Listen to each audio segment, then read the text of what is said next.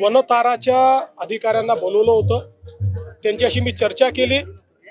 त्या चर्चेमध्ये त्यांनी हे सांगितलं की आम्हाला त्या हत्तीवर हक्क सांगायची कुठली इच्छा नाही, आम्हाला कोर्टाने आदेश दिल्यामुळे आम्ही हे सगळं केलंय।